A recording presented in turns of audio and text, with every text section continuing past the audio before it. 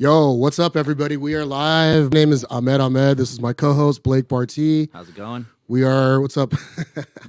We're here doing our first, technically reboot of Hollywood Tales.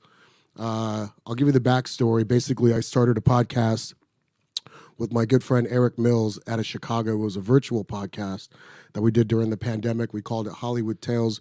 We just wanted people to share their best Hollywood tale. And you'd be shocked how many crazy stories came out of those interviews. And then he got busy and started a job, and we shelved the podcast there for a little bit. And when I started working here at the Jam in the Van space, they built this new podcast studio, and they invited me to come in and host a podcast. So this is our first pilot episode here at Jam. We're excited to be here.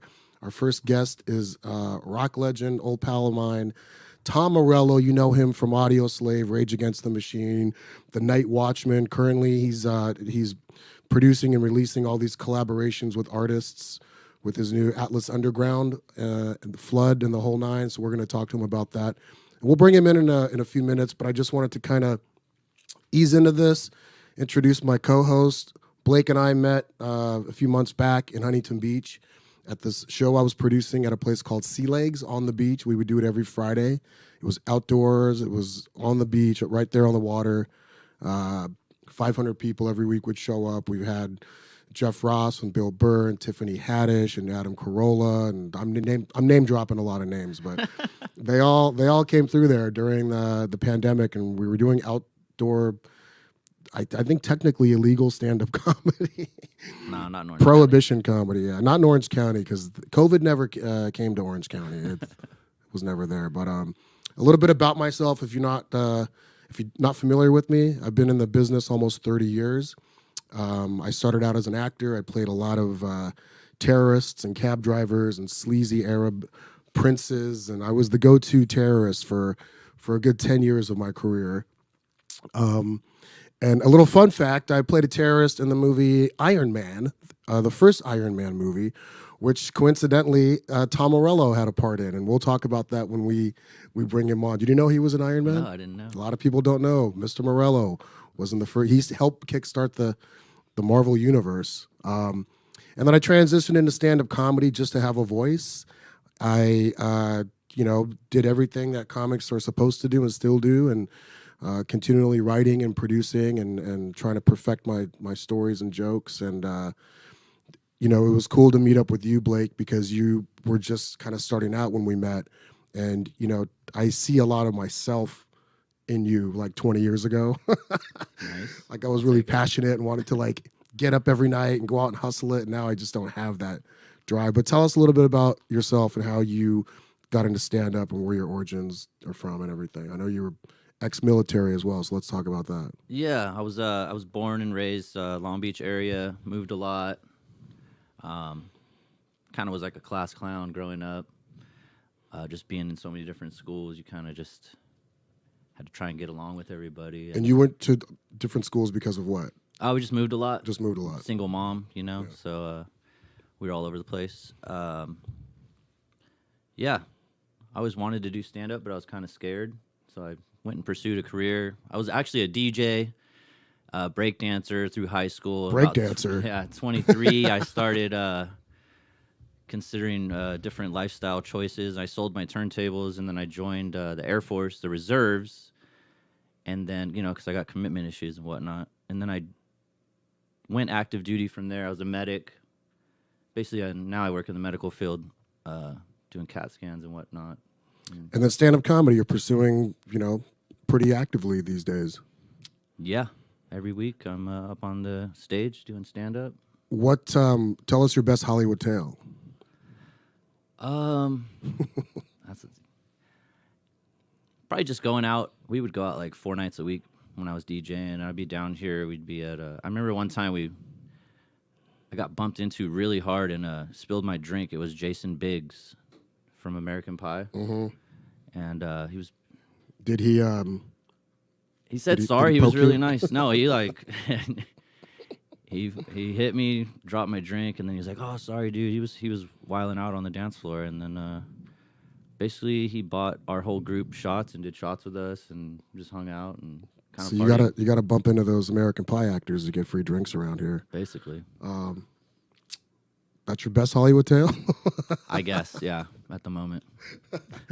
Well, we have many podcasts in front of us, so I'm sure you'll have more. Just a quick reminder, we're here from at Jam in the Van, right here in West LA, beautiful West LA. This is a very cool sort of multiplex with outdoor venue, indoor venue. They have a tour bus that they've converted into a recording studio. So bands come in here and they stream live and record stuff. Stand-up comedy was just alive and kicking here during the pandemic. And if I'm correct, this is an ex-rehab, Jack? This is an ex-rehab center, so it's perfect that comedians are here and musicians and artists. And a big thanks to all the guys and gals here at Jam in the Van. There's an awesome staff working here behind the scenes. Jack Higgins over here, our creative director. We got Wolf Ramirez, our videographer and editor. The two Jakes, trainer and Kotler, owner and manager. And am I missing anybody? There's a whole awesome staff of gals working in the back, interning and doing stuff. In Sierra Nevada, they're sponsors, and they're Timeless is the other sponsor. Timeless dispensary, weed dispensary, I believe. And it's an awesome space. So go to jaminthevan.com. Check out their upcoming shows. It's music, comedy. It's kind of, like I said, a whole awesome multiplex of different sorts of artists. I have a Hollywood story I'm going to tell. I auditioned for The Tonight Show back in 2008, and Bob Reed and Ross Mark, who used to book The Tonight Show, had asked me to come and showcase for them at the Melrose Improv in Hollywood. And it was on a Monday night, and and I think they still do it. D. Ray Davis hosts it. It's called Mo Better Mondays, and it's predominantly a black urban crowd, which I wasn't aware of. And here I am trying to do this Tonight Show, clean Tonight Show set. And the bookers were like, hey, when you go up on stage, you're going to go first. Don't take the mic out of the stand and just do your 4.5 minutes. I'm like, all right. So D. Ray Davis introduces me. I go up on stage. The crowd's just kind of chatty. They're not really paying attention. I threw out my first joke, silence. Threw out my second joke, crickets. Threw out my third joke, some woman from the back of the room yells out, say something funny, motherfucker. And then the whole crowd started booing me. And I was like, I didn't know what to do. I was still kind of like new in the game, and I didn't know how to handle this. And I finally just said, all right, guys, I feel like a substitute teacher. And I just said, thank you very much. And I walked off stage. And D. Ray Davis went up on stage and like ridiculed the audience. You stupid motherfuckers. That's my boy Ahmed Ahmed. He's the guy who gave me stage time when I first got to LA. And he's showcasing for the Tonight Shows, you dumb shits. And why didn't you give him a chance? And he like protected me and was yelling at the audience, like ridiculing them on my behalf. And I was like, oh, it's cool. I didn't want to start a riot at the Improv. But I went in the hallway, and the two bookers from The Tonight Show were there, and I looked at them with just complete sadness and shame, and I said, I'm really sorry, I bombed up there. And Ross Mark was like, oh, no, you didn't. And Bob Reed was like, yeah, you bombed. Yeah. So, and I was like, can I make it up to you? So they were kind enough to follow me up to the Comedy Store, which I had, a lot of leverage there back then. And I asked the club if I can go up on stage for 10 minutes, or 5 minutes, I think it was, to do another showcase for the Tonight Show guys, and that's what hooked me into the Tonight Show. Nice.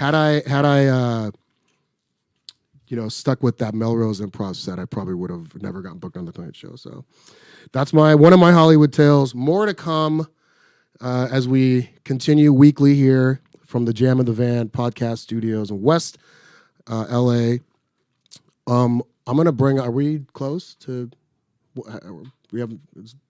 I guess the time is now. Let's do it. Every week we're going to have cool, different guests come on. I was really fortunate to have our first guest say yes, because he's super, super busy right now. I met this guy many, many years ago. We'll talk about it when he jumps on, about how we met and how we stayed friends all these years.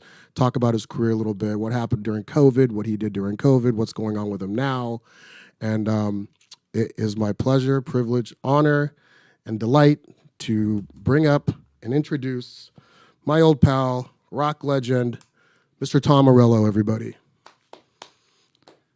Hey, what's up, buddy? Can you hear me? Check, check. Can we hold on, Tom? We're having a little technical difficulty here. 1 second. 1 second, please. Sorry, everybody out there. It's our first time doing this. Let's see. Can you take your headphones off, Tom? And unplug them? Let's try that. Still cannot hear him. Hold Just on. has him muted. Hit unmute. That's me. That was all There we me. go. There we go. My Hollywood tale is how I didn't understand how to be on Hollywood Tales. That's my Hollywood tale. I'm going to go back to the headphones. Sorry, I was muted. I didn't realize you were muted. I was like, Yeah, that was we're having problems. I was trying to spare you guys all my calls to like with my 98-year-old mom. But like, no, it's like if you want to watch the NBA wrap up, it's on channel. That's what's happening. Anyway. Nice to see you guys. I'm here. What's up? Good to see you, buddy. Tom Morello, everybody. How's In it the going? flesh. In the virtual flesh. Yeah. Hey, I know you're busy, so just wanted to say thanks for making time to come on this first podcast. This is our pilot episode. They built a little studio for us, and I like should be a fun little thing to do. I saw that you were doing a lot of virtual podcasts and just virtual stuff during the pandemic. So my first thing was like, I'm going to ask Tom to be the first person because Yeah. he's doing it already. Yeah. It was a way to just sort of maintain sanity during an insane time. Like I have literally no desire to be. I've never listened to a podcast. I've done them. I have a podcast, and they tell me it's good, but I've never listened. I've never listened to a podcast myself. Nor do I intend to. I'm going to do this one. I'm not going to listen to it, but I'm sure it's going to be. I'm sure it's going to be great. Well, there are a lot of podcasts out there right now. I mean, there's I hear. So I hear. Yeah, so you're here, including yours. Let's just rewind a little bit. I want to tell everybody who's watching live, and this will live on YouTube eventually. But you and I met through a mutual friend many years ago. Yeah. On our way to a Supercross event. Yes, correct. So, little fun fact: Tom Morello and myself have a mutual, very dear best friend. His name is Vince Vaughn. He's an actor. Mm-hmm. And right after the movie Swingers came out, he had this big clunky like Bronco, if I remember correctly. Yeah, that's right. And we all piled into this Bronco, and I had just met Tom, I believe, that night through another mutual friend, Sean Rosigliano. Yep. And we're driving down the highway, and I'm sitting next to Tom, and I'm like, oh, so what do you do? And he said, well, I play in a band. I'm a musician. And I was like, oh, cool. What do you do? I said, I'm a stand-up comedian. Oh, cool. And we just started talking, and I was asking you like what kind of music you play. You were super nonchalant about it, which I was impressed about later because most people you meet are a little bit like aloof, with their art and craft. But you were like super down to earth. And then you told me you played with Rage, and I was like, oh shit, I work out to your music almost every day. And I'm like, that's why you're so ripped, bro. That's why back then, not these days, but yeah. So that's how Tom and I met. And I think that's when Rage was really starting to peak, and you'd always invite me to your shows and stuff, and we became really close friends. And it's just a treat to watch you be so progressive in the music industry. Moving forward, people that know Tom, Rage Against the Machine, Audio Slave, Lock Up, which was your first band, I think. My first band, yep. I mean, what made you pick up the guitar and want to start playing rock and roll music? Well, I mean, I always loved, from the time I was 11, 12 years old, loved rock and roll music, but it seemed like it was something that was pretty unattainable. My favorite bands were like bands like Led Zeppelin, sort of the big hard rock bands, and these kind of mythical Kiss and bands like that. They were kind of like these mythical people, and it seemed like there was such a gulf between who I was in a damp basement in a small Midwestern town and someone like, Jimmy Page, who has a castle on a Scottish loch, or, Gene Simmons, who has, limousines filled with groupies and, breathing fire. Like those things, those things didn't seem like they were like around the corner for me. Right. And for me, it really was like punk rock music. It was bands like the Sex Pistols and the Clash, where the music felt it was just as powerful to me, but you could do it later on that afternoon. And that was really sort of my entry drug to actually performing music. And that got my foot in the door, that it felt like the bar was a lot lower to entry, but the music the music resonated with the same kind of power to me. So I didn't start playing guitar till I was 17 years old. And I had never heard of another guitarist who had made albums who started playing that late, except for one. And that was Robert Johnson, the famous blues guitar player. And he had to sell his soul to the devil to get good. He started 18 years old. And given my Catholic background, I wasn't going to be selling my soul to the devil, but so I just had to practice my ass off. Nice. Is your middle name really Baptist? Yeah. Okay. For some reason, I didn't know that. And I've known you. Does that sound like a stage name or something like that? It kind of does. Yeah.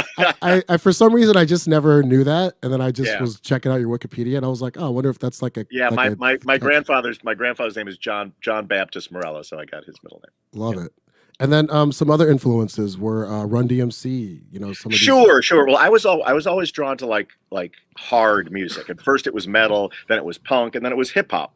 And and all those, like, a lot of friends when they started liking punk, they stopped liking metal, or when they started liking hip hop, they stopped liking punk. I always brought all of them along, and it was like I was never kind of like too discerning when it came to that. Like, I can like both Motley Crue and Fugazi, and I like them both, and for each of the things that they give me, and I don't have to turn my back on one in order to enjoy another one.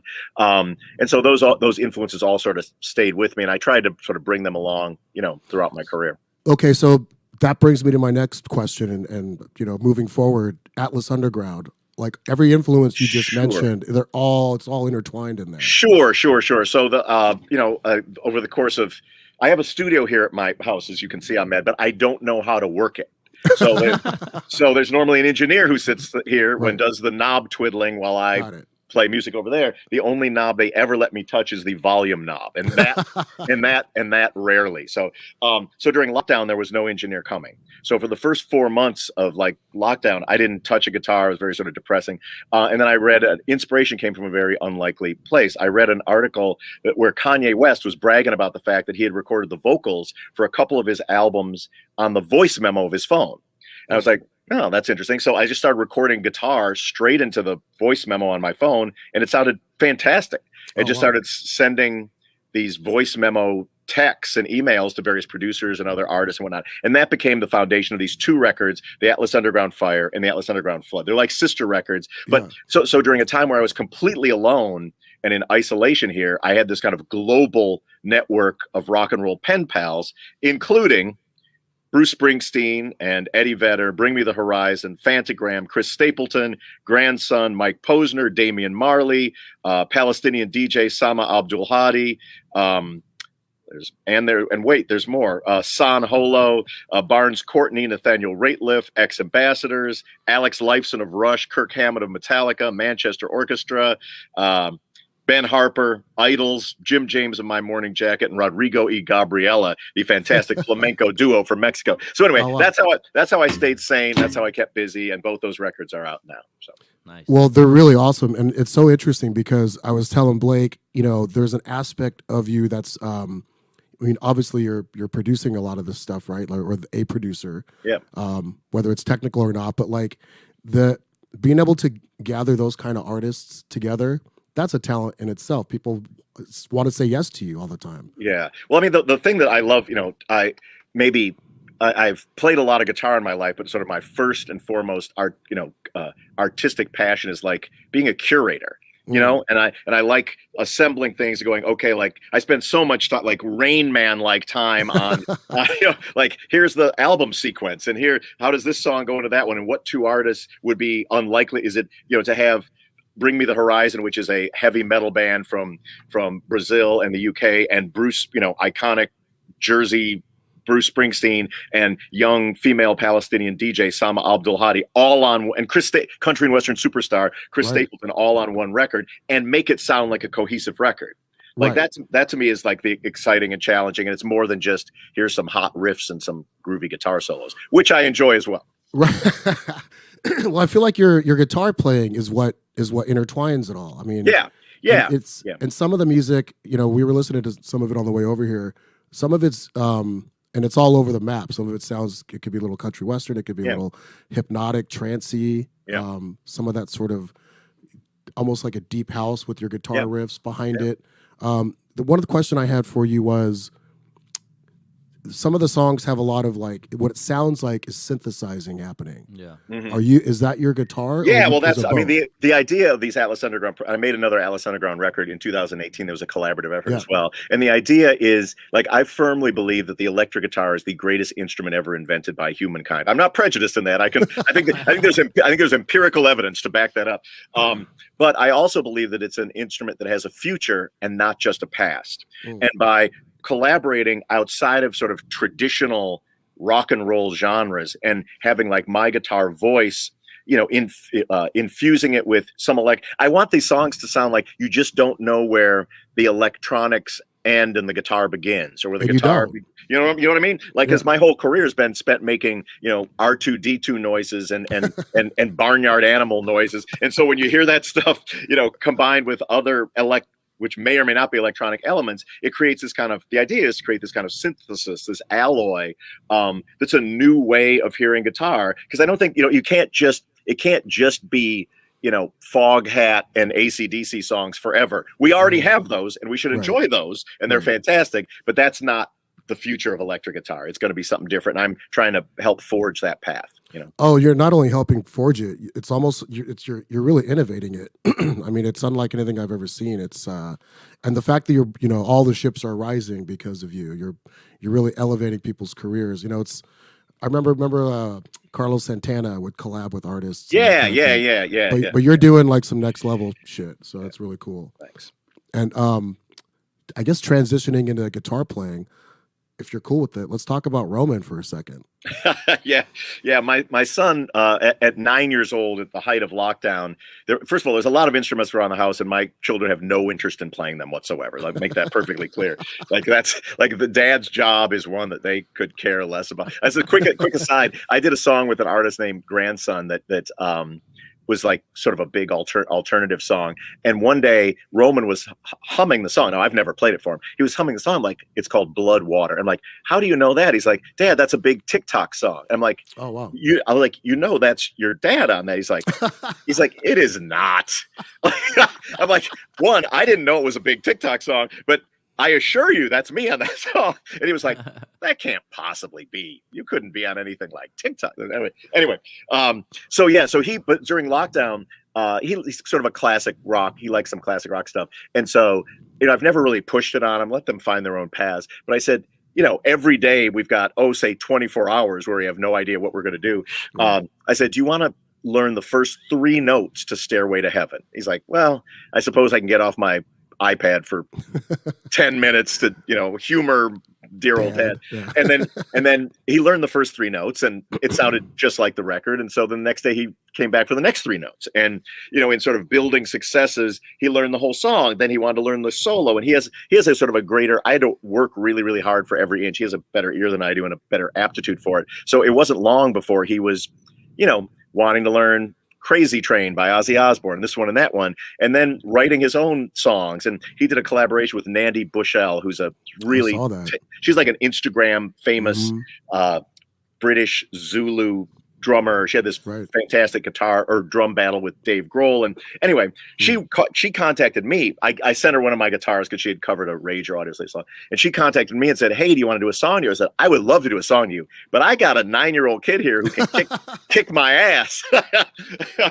Maybe you 2 youngsters should do a song. And they did a fantastic song called The Children Will Rise Up. That we got Jack Black for the video and things like that. So it was pretty cool. Yeah, that was cool. And you did it, I guess, all with green screen and all, because it was. Oh, did we mute? We lost. Sorry, 1 second. I got just 1 second. Yeah, no worries. Okay, sorry, I'm back. No worries. It looked like there was green screen with all the effects. Yeah. It was all in lockdown. We were all on different continents doing this, but it was that's wild. It was really cool, really cool. And the kids, they wanted to do a song about, and saving the environment, how it's the children's. So, I mean, it felt like while it was not planned by me, like that apple has not fallen far from the tree. So, well, cool. if you guys are watching, check out Roman Morello on Instagram. He's on TikTok as well. Oops, the computer screen has frozen. Right. Oh, frozen. He froze. Technical difficulties. Sorry, everybody. Stay tuned. We are frozen. Let's see if we come back.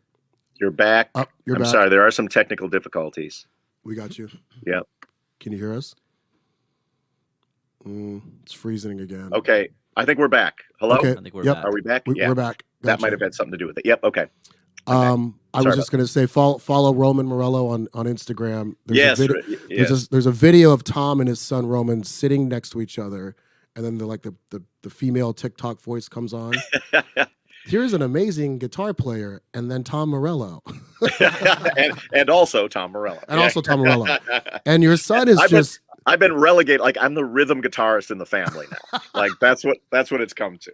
Bro, he's like shredding like Eddie Van Halen, and he's like, you said he's 9, awesome. 10 years old. He's 10 now, but he was 9. Wild, man. Yeah, well, yeah. Kudos When to did he him.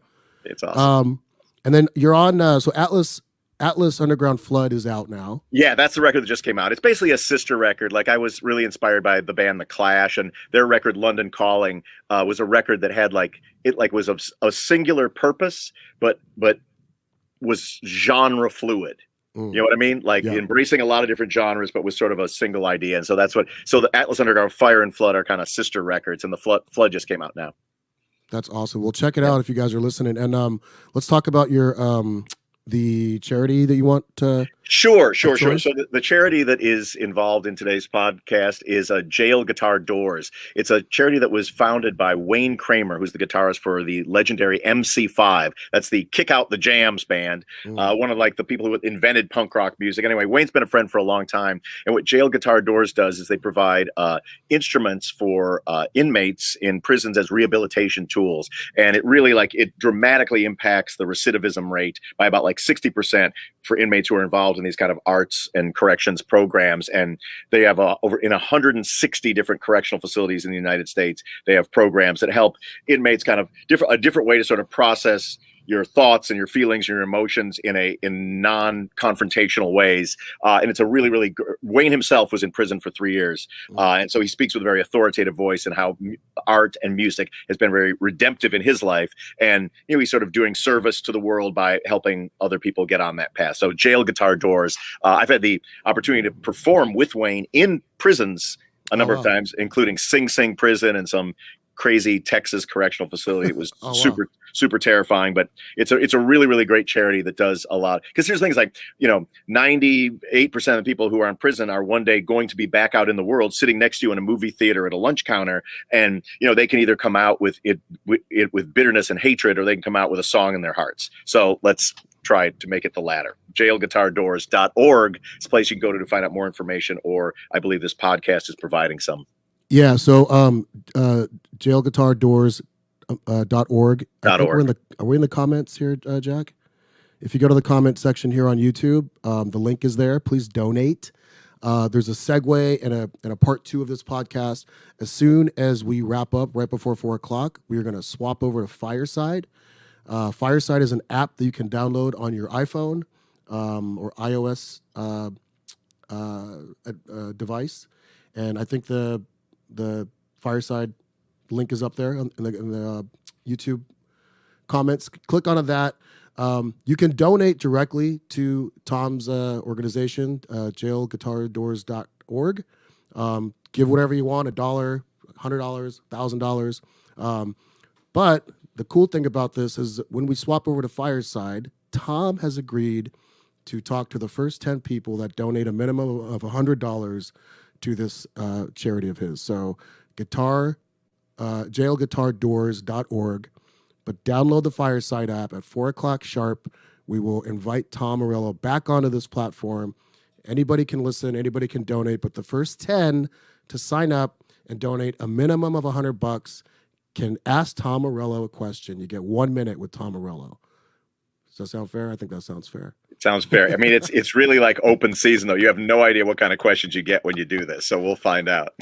Well, we have just while you're here for just the average listener. Joe Urell had a question. Yeah, our good buddy comedian Joe Urell wanted to know if you've ever considered doing a cover of the Irish labor song Molly Maguire's. I'm familiar with that song. I haven't considered it until now, but now I'm considering it. Yeah, as the Night Watchman, of course. Yes, the Night Watchman, of course. Yeah. That's nice. That's right up his alley. That's great. Yeah. A couple technical questions from a big fan of yours. they want to know how Michelangelo Bateo and Matt Bellamy influenced you. Okay, well, for those of you who don't know, and it may be many of you who don't know this, is Michelangelo Batio or Batio. Yeah. I was a 17-year-old guitarist in Northern Illinois, and I would occasionally go down to one of the local shops in the next town to take guitar lessons. And my guitar teacher was like this really nice stoner guy named Rick, and I would have him teach me an Alice Cooper song or a Black Sabbath song or whatever. But one day he was out sick, so they sent me to the other guitar teacher, the guy down the hallway. And this guy, nice fella, seemed to smoke less weed than my guy, so it was nice. It was a little nicer in there. And he said, "Play me something." So I kind of scrabbed around. He's like, "It sounds like you want to play fast, but you have no idea how to do it." I said, "Guilty as charged." So then I looked over, and this guy just started playing guitar, and it was like a concert violinist. The fluidity he had on the instrument, the technical mastery he had on the instrument was like supernatural. I mean, like I'd never seen anything like it. And this guy's just a dude down the hallway. And he wrote out this little sheet of paper with exercises. He said, there's no magic trick to it. You practice this stuff slowly, and as you master it, you get faster and faster, and then you'll be able to. And that piece of paper changed my life. And it's the thing that when I was practicing 8 hours a day, it was a cornerstone of all those practices. Later, when I was a guitar teacher, many years later, I was a guitar teacher in Hollywood. That same piece of paper I sort of passed on to generations of students, and that was Michelangelo. Now he then became a famous guitar player. He is known for, and if you look this guy up, you'll think that it is some CGI miracle that's happening. He plays the guitar with 4 necks. Okay, there's 2 going this way and 2 going this way like that. Jeez. And he plays all of them like simultaneously with equal facility. Jeez. Like a concert pianist, like this one's upside down, this one, and he's playing harmonies, and it's Bach, and it's this, and it's metal, and it's so crazy. Wow. It's like a circus act, Cirque du Soleil of guitar. Anyway, so that guy gave me one guitar lesson that changed my life. Matt Bellamy is a guy who came along decades later, who I had the chance to meet. He's the guitarist of Muse, and they're a fantastic band. And I can hear, perhaps Rage and Audioslave are some of his influences. And I think he's a guitar player that's very forward-facing and is an important voice in pushing the guitar forward. Great dude, nice fellow as well. Yeah, no, they're great. I saw Muse open for you guys in, I think, Vegas. Sure. Remember that baseball stadium? Yeah.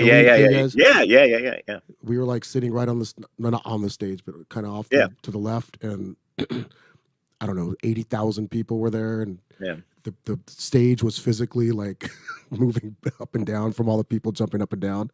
They were literally rocking the planet. Same guy, Niv Adut, friend of mine, works with me.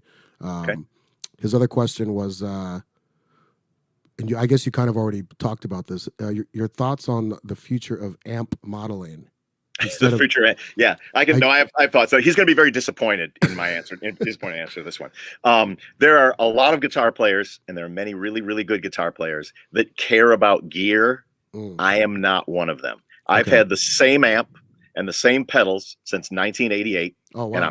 And I'm not going to change them. Amp modeling, what that is, for those of you who don't know, it's like a way to like a computer program or an app or something like that really accurately imitates specific amp sounds. So like I want the amp sound of Jimi Hendrix at Woodstock, and there'll be like a thing. Or I want the Slash on Appetite for Destruction, there'll be a thing. And so that's a thing that he knows about and I don't know about, and I'm not going to learn about. It's just because his follow-up question was, are we frozen again? Oh, can you hear me? Check. I see me. I think we're freezing again. Some sort of technical delay. I think it's the internet on your end. Maybe maybe he's having some sort of check. Tom, nope. He is frozen. I cannot. I'm here. There we go. Yep. Not sure what's happening. I think they're saying it's the internet on your side. So Don't blame Tom. Okay. I'm not going to blame you. Sounds like I'm getting blamed here with my full bars. With my full bars. I know you want to. I know some. Yeah, I know the guy who's paid to be the tech guy on your side said that. He's laughing. I don't know. I love a nice union tech guy, but they'll say that sort of shady stuff. I got full bars over here, guy. Okay, let me tell you. We're going to take it out of his paycheck. Yeah. The follow-up question was, so yeah, I guess you answered it. Instead of looking around full rigs of gear and gigs, you're just moving to more natural DSPs, he says. Yeah, this is some of that guitar nerd shit that Guitar I don't know anything about. So yeah, it's it's a way that people. It's a great way that people create and have access to a lot of sounds. I am a full-on Luddite when it comes to that. I literally the same amp head and the same cabinet and the same pedals for 33 years. And you tour with those. Yeah. With that equipment. Yeah. I have duplicates of it, but it's all the same. It's identical. It's the same stuff. So interesting. Yeah. Hey guys, if you're tuning in, we have Tom Morello with us, guitar player, activist, good friend of mine. Please donate to his charity, jailguitardoors.org. It's a fantastic organization that helps out inmates in jail and prison. You can just donate right now, or you can download Fireside on your iPhone or iOS device and do the after party. We're going to have Tom for 10 minutes taking Q&As from people. You get a minute with Tom. It's a minimum of $100 donation to jailguitardoors.org to ask Tom whatever question you want to ask. Keep it respectful. Keep it in play. Don't ask stupid questions. Don't come up here saying dumb things. Sometimes people can't help themselves. Well, it's the internet, so they can hide behind closed doors. Yeah, they can't help. They can't help themselves. I do have a question for you. Yeah. I used to DJ. I started when I was like 14. I was heavily into like battle scratching and all that stuff. Sure. And I remember listening to you like playing the guitar and hitting the kill switch and making it sound like a turntable. Did you have any influence or inspiration? Absolutely. From Absolutely. Yeah, absolutely. I mean, it was for me, it was like Jam Master Jay and Terminator X were like the ones that I was inspired by. But it was during a time where, you guys. Oh, freezing again. We're frozen again. Sorry, guys. I'm back. Yeah, sorry. I don't know what's happening. There you are. Okay. Yeah, I was saying that it was during a time where people were saying that like the guitar was becoming outdated. Why? Because DJs could sample guitars. We don't need guitar players anymore because DJs can now do what guitar players do. A lot of guitars have already been played. We'll just take a bunch of guitars that have been played and sort of recontextualize them in songs, from Wild Thing to whatever. Yeah. And so I started thinking, well, let's see. What if I'm able to do what DJs do? I'm going to try to put them out of business. And so with my bare hands and with my with my old Marshall cabinet over there, I began practicing scratching and like the bomb squat, the textures on those Public Enemy songs, and then sort of like list like groups like Crystal Method and Prodigy. And I wasn't practicing what guitar players were playing. I was practicing what DJs were creating, and creating a whole sort of different vocabulary of sounds on the electric guitar. Super cool. Yeah. Tell us a little bit about, and then we'll wrap up and ask your best and favorite Hollywood tale when you're ready. And then we'll log you off and then bring you back on a Fireside. Okay. Well, I was going to ask you. You were teaching a master class at one point. Yeah. And I'm just curious, do they reach out to you or do you go to them and say, hey, I want to do it? Or yeah, they reached out, and I think that they're just trying to get this kind of great library of stuff. And I hadn't really heard of it. I don't heard of it sort of peripherally, but they're like, yeah, so it's we've got Martin Scorsese doing the movie one and Steph Curry doing the basketball one, and we'd like you to do the guitar. I'm like, what? Awesome. I'm like, but the thing is, like, I didn't know anything about it, so I agreed to it, and then it's Tuesday and the thing is on Thursday, and my manager calls up and they're like, so are you ready for this masterclass thing? I'm like, yeah, I just think I'm gonna like do an phoner or something like that. They're like, it's 3 days of shooting. It's 12-hour shoots each day, and wow. it's like a detailed thing. I was like, well, I better prepare for that one. Wow. So I did draw on my experience as a teacher and like some of the bad guitar lessons I had and my experience as a teacher, and I took it really, really deadly seriously, and I think it came out good. So Yeah, it but did. yeah, A lot of people loved your master class. yeah, it was, and it's such great company to be in. I think it's sort of a really cool idea to have people Absolutely. Yeah. Hey guys, we're here with Tom Morello. Go to his organization and donate. It's jail guitar. Gosh. jailguitardoors.org. And they provide instruments to inmates as rehabilitation tools. And it's a great I've played shows for that organization and played shows in prisons. What we basically do is we go into the prison, we play a show, and we leave the guitars behind with a program that helps them, helps the recidivism rate and helps make them better people when they come out. And so I think that's a very worthwhile cause. So check it out. Go to the there's the website right up there in the comments. Donate. In roughly 15-20 minutes, we're going to log off here and jump onto Fireside. Download the app now. It's Fireside on your iPhone or iOS device. First 10 people to donate a minimum of $100 to this organization can ask Tom a question, and let's keep it respectful, everybody.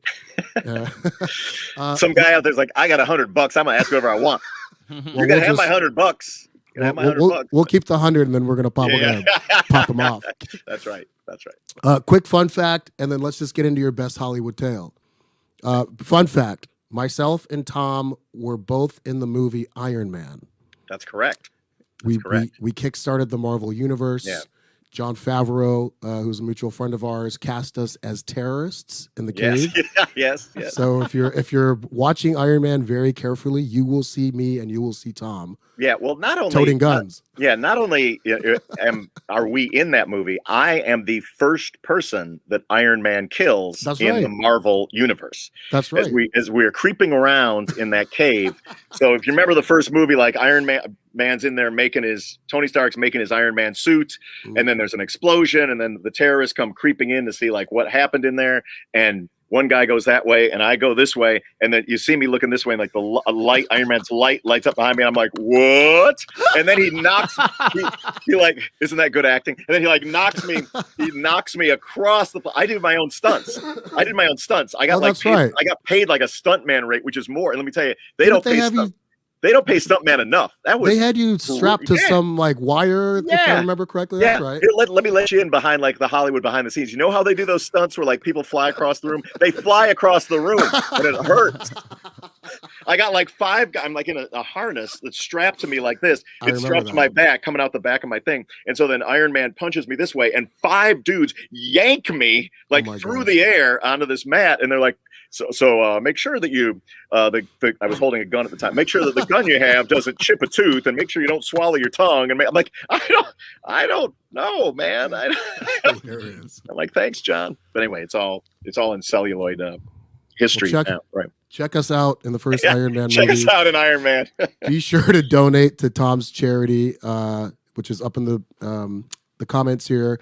Download Fireside immediately. Jump on and join us for this 10-minute after party with Tom. He's going to take your questions. First 10 people to donate minimum of $100 get to talk to Tom for a minute. And be sure to check out Atlas Underground Flood. Yep, and Atlas Underground Fire. 2 records out. 2 records out back to back. They're really amazing, man. The collaboration, I'm in my head a little bit trying to figure out how you orchestrated all this through a virtual pandemic, and it's really, really impressive. So kudos to you on that.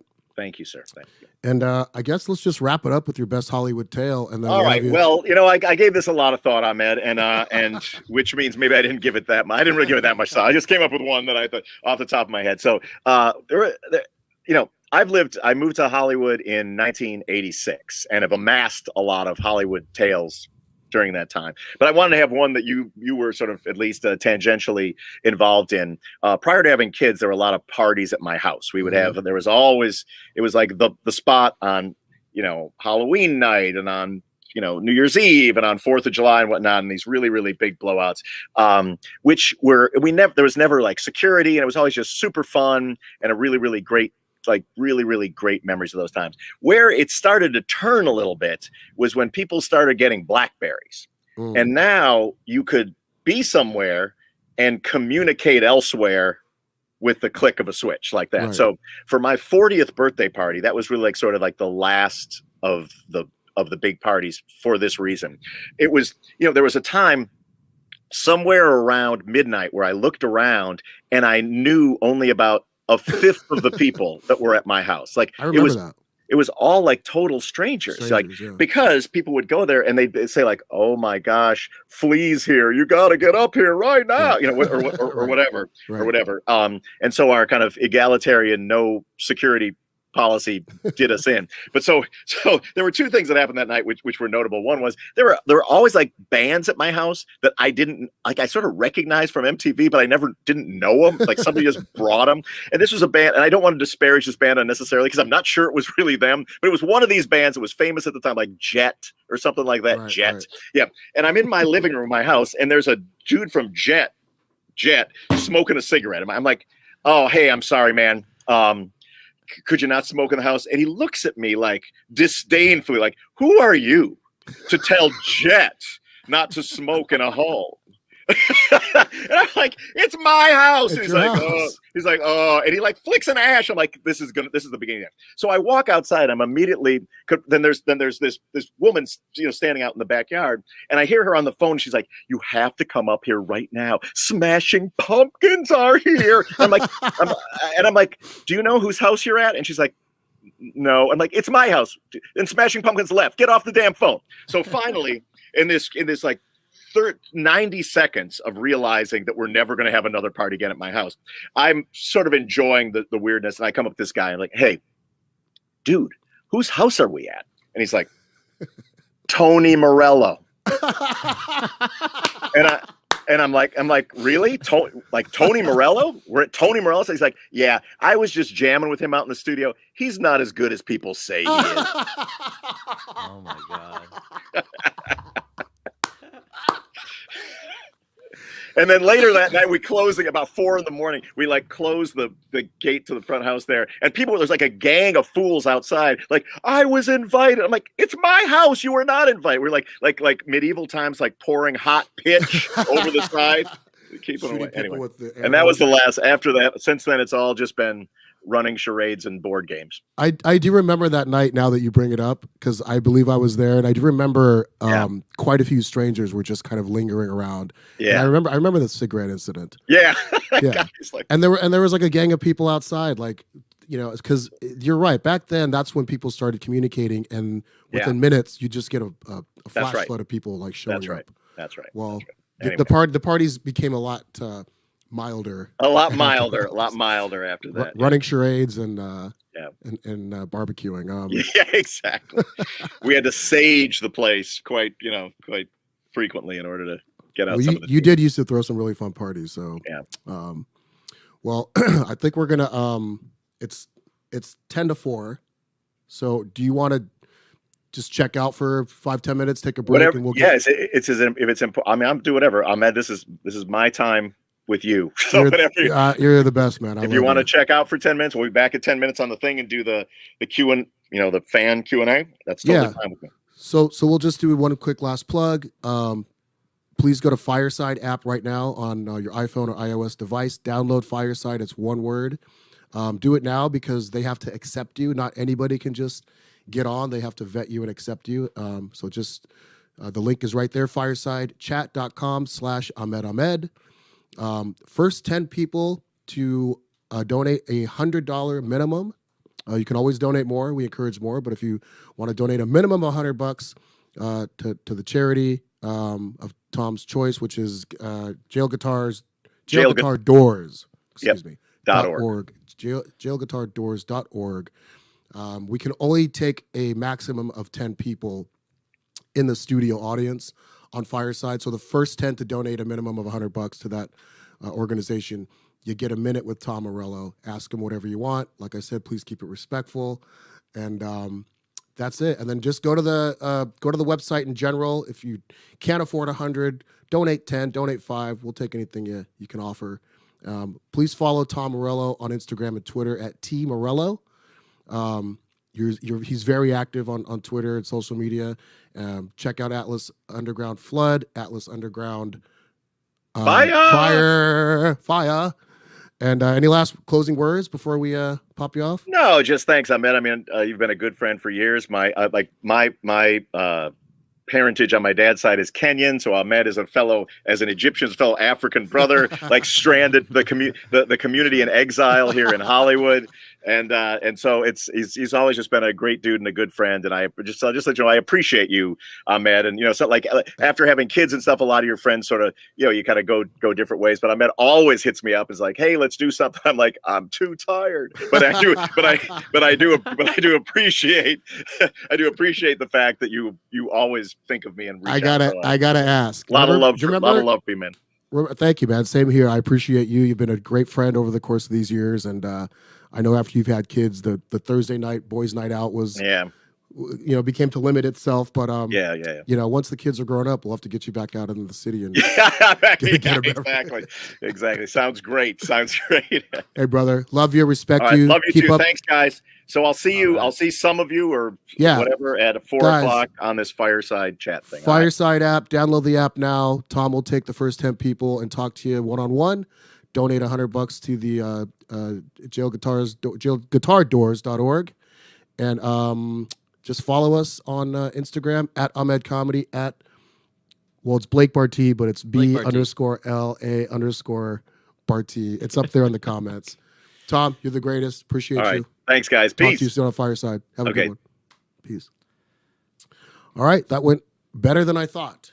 What do you think? Well, it was good. Yeah. It was great. Tom, we're still live. So I'd like to wrap up in a couple minutes just so we can set up Fireside and get going at 4. But hey, guys, if you are, that's right, we'll plug that.